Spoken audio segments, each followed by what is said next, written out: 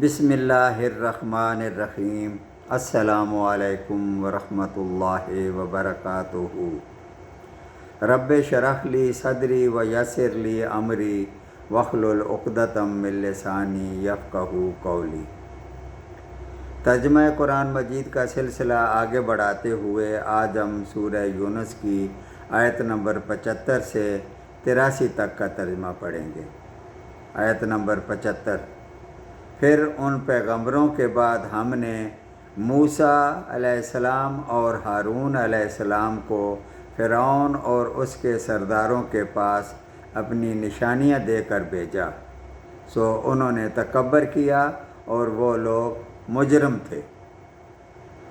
رسولوں کے عمومی ذکر کے بعد حضرت موسیٰ علیہ السلام اور ہارون علیہ السلام کا ذکر کیا جا رہا ہے، حالانکہ رسول کے تحت میں وہ بھی آ جاتے، لیکن چونکہ ان کا شمار جلیل القدر رسولوں میں آتا ہے، اس لیے خصوصی طور پر ان کا نام لے کر ذکر فرمایا۔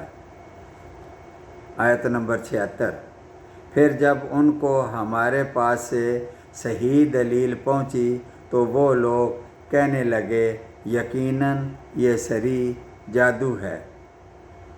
عموماً جب انکار کے لیے کوئی معقول دلیل نہیں ہوتی تو اس سے چھٹکارا حاصل کرنے کے لیے کہہ دیتے ہیں کہ یہ تو جادو ہے۔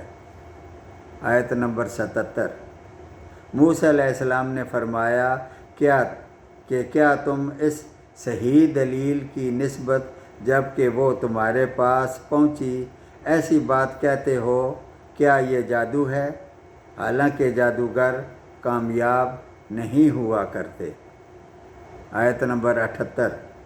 وہ لوگ کہنے لگے کہ کیا تم ہمارے پاس اس لیے آئے ہو کہ ہم کو اس طریقہ سے ہٹا دو جس پر ہم نے اپنے باپ دادوں کو پایا ہے، اور تم دونوں کو دنیا میں بڑائی مل جائے، اور ہم تم دونوں کو کبھی نہ مانیں گے۔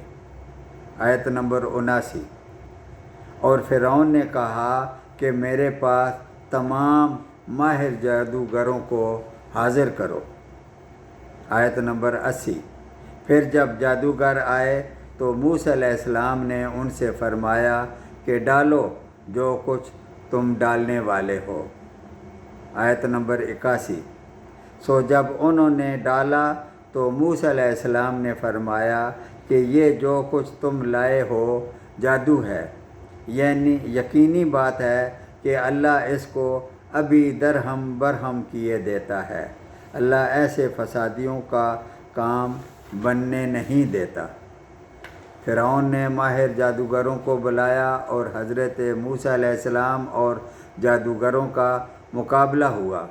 بھلا جھوٹ بھی سچ کے مقابلے میں کامیاب ہو سکتا ہے؟ جادوگروں نے چاہے وہ اپنے فن میں کتنے ہی درجہ کمال کو پہنچے ہوئے تھے، جو کچھ بھی پیش کیا تھا تو وہ جادو ہی اور نظر کی شعبدہ بازی ہی تھی۔